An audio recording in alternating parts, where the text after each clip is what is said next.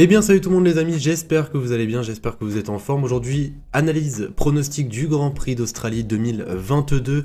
Tout d'abord, deux choses très importantes à vous dire. Déjà première chose, excusez-moi si par moment ma voix ne suit pas la cadence ou que j'ai un visage qui reste quand même assez fatigué. Je pense que ça se voit naturellement, c'est juste que je me suis réveillé à 4h30 pour la première séance d'essai libre qui s'est déroulée à 5h, puis ensuite la seconde qui s'est déroulée à 8h pour pouvoir vous faire au mieux cette analyse pronostic. Donc je pense que ça mérite quand même un petit pouce bleu, donc n'hésitez pas vraiment, ça récompense le travail pour le coup.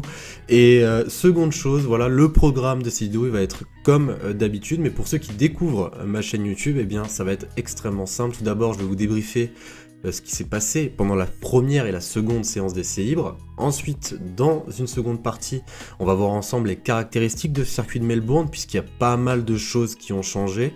Et dans une troisième et dernière partie, je vais vous donner mon pronostic sur ce Grand Prix. Et je vous invite, comme d'habitude, à me laisser le vôtre dans les commentaires. Le tableau des pronostiqueurs est toujours en cours. Je rappelle les règles très rapidement. Je vous mets 3 points si vous me trouvez le podium dans l'ordre. Et je vous mets 1 point si vous me trouvez juste le vainqueur. Donc allez-y. Et vous inquiétez pas pour les pronostiqueurs, je montre le tableau à la fin de la vidéo. En tout cas, trêve de blabla, on est parti. Alors les amis, on est parti pour le débriefing de cette première séance d'essai libre et c'est Carlos Sainz qui est venu chercher le meilleur tour au bout de 24 tours parcourus pendant la première séance. Il est suivi par son coéquipier Charles Leclerc, deuxième, Sergio Pérez et Max Verstappen, les deux Red Bull qui suivent comme d'habitude, envie de dire. Lando Norris, cinquième, bonne performance avec sa McLaren, suivi par Esteban Ocon avec sa Alpine.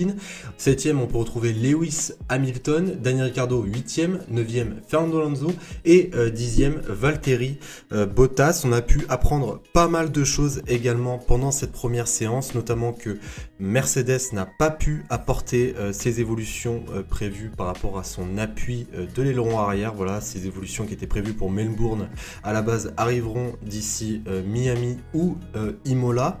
En tout cas, il y a eu plusieurs drapeaux rouges pendant cette séance, notamment un de Sergio Pérez qui a perdu une pièce et un autre de Sébastien Vettel qui a totalement perdu sa voiture. Et d'ailleurs, l'Allemand ne pourra pas participer à la seconde séance d'essai libre. Petite photo d'ailleurs de Sébastien Vettel en train de rentrer au stand. Ce mec est juste magique. Et on continue maintenant avec la seconde séance. Et là, cette fois-ci, c'est Charles Leclerc qui est venu chercher le meilleur tour, suivi par Max Verstappen.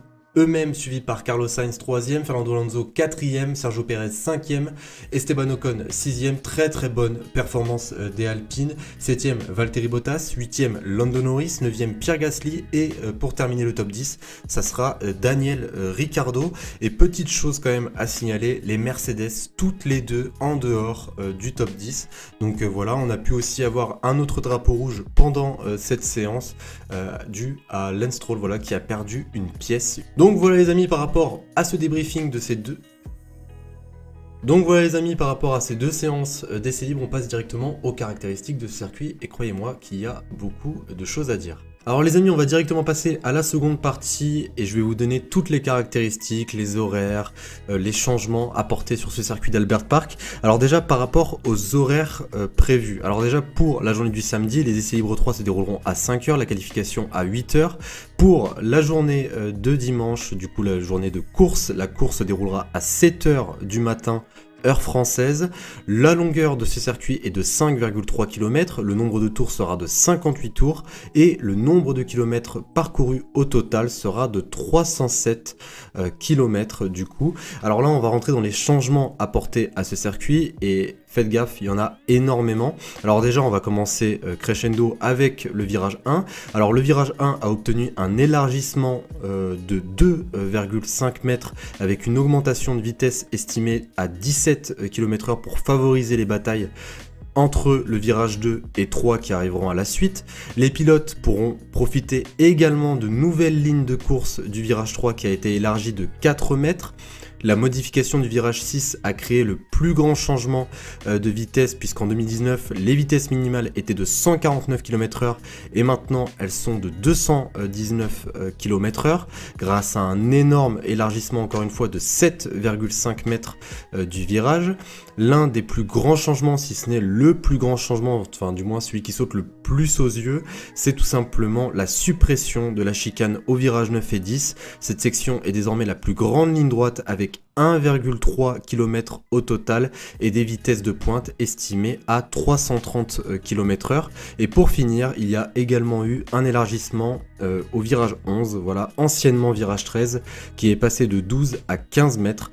Donc voilà les amis par rapport aux modifications, et bien évidemment il y a encore eu une modif en plus, c'est que avant, il y avait 3 zones de DRS, aujourd'hui il y en a 4 et ça peut énormément jouer dans les batailles en piste. Alors les amis, on va directement passer à mon pronostic et je vous invite comme d'habitude à mettre le vôtre dans les commentaires. Je vous montre tout de suite le tableau des pronostiqueurs et honnêtement, je félicite tous ceux qui ont réussi à trouver le bon podium. Voilà, vous avez été quelques-uns à trouver Max Verstappen, Leclerc et Carlos Sainz pour l'Arabie Saoudite. Donc je vous laisse maintenant mettre votre pronostic dans les commentaires et il faut savoir que les vidéos analyse pronostics sont en partenariat avec BetClick. Pour ceux qui ne connaissent pas, c'est un site de paris en ligne et en ce moment pour la Formule 1 vous avez jusqu'à 200 € offerts avec le code RAMIF1.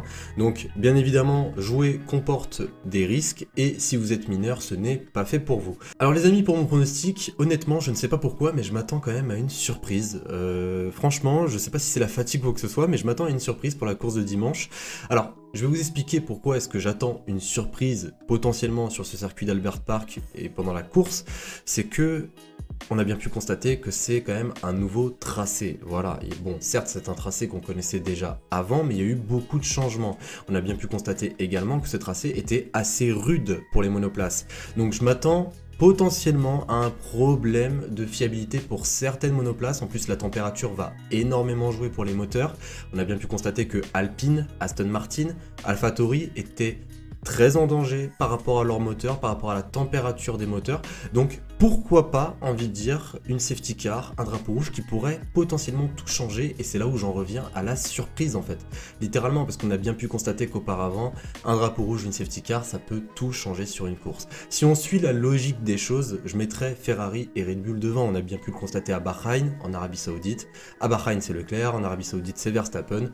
Donc au final, voilà, on pourrait se dire, bon tiens, Leclerc il va finir premier, Verstappen il va finir deuxième, ou je sais pas quoi. Bref, on peut se le dire, mais bon, je m'attends quand même à une surprise.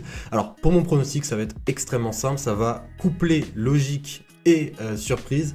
Pour la première position, je vois Max Verstappen s'imposer. Vous allez me demander pourquoi. Parce que on a appris pas mal de choses sur cette Red Bull, elle attend pas mal d'améliorations, et surtout, elle a perdu 7 kilos. Et c'est pas forcément rien, 7 kg. Elle a un appui aérodynamique qui lui permet de combler le moteur Ferrari. Donc je les vois forcément en bonne position pour ce Grand Prix dimanche. Donc Max Verstappen premier, Charles Leclerc deuxième, et c'est là où j'en reviens à la surprise, je vois George Russell troisième. Voilà, je le dis, je sais que nombreux d'entre vous vont pas être forcément d'accord avec moi, c'est mon pronostic. C'est mon pronostic, je vous invite à mettre le vôtre dans les commentaires comme d'habitude. En tout cas, j'espère que cette vidéo analyse vous aura plu. N'hésitez surtout pas vraiment à liker pour le travail. C'était vraiment très compliqué ce matin. Et à vous abonner, voilà, si ce n'est pas déjà fait. On se retrouve dimanche, les amis, pour le jour de course. Et sur ce, je vous souhaite une excellente journée, une excellente soirée. Prenez soin de vous et je vous dis à dimanche. Salut tout le monde.